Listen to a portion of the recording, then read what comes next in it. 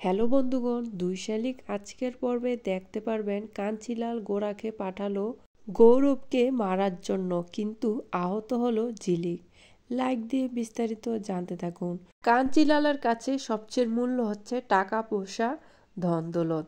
পরিবার তার কাছে কিছুই নয়। কাঞ্চিলাল গোরাকে বলে, গৌরব আমার পথের কাঁটা হয়ে দাঁড়িয়েছে, তাকে আমি রাখতে চাই না, তুই তাকে শেষ করে দে।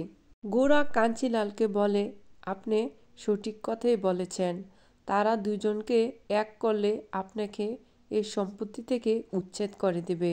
এই দিকে ঝিলিকের জীবন থাকতে কখনোই গৌরবের উপরে কোনো আঁচ আসতে দিবে না। এই দিকে দেবা আখিকে বলে, তুমি যদি জাস্ট টাইমে আমাকে ফোন করে না বলতে তাহলে কিন্তু আমি আসতাম না, তোমার সাথে আমার আজ বিয়েও হতো না। এই কথা শুনে আখির চোখ চমকে গেল।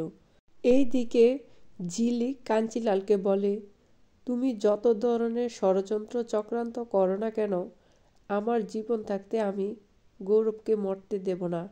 তোমার উল্টো দিন গণতে শুরু করো। বন্ধুগণ, কাঞ্চিলাল কি পারবে আখির সম্পত্তি আর ভোগ করতে? অবশ্যই কমেন্টস করে জানাবেন। ভিডিওটি ভালো লাগলে আমার চ্যানেলটি সাবস্ক্রাইব করে রাখবেন।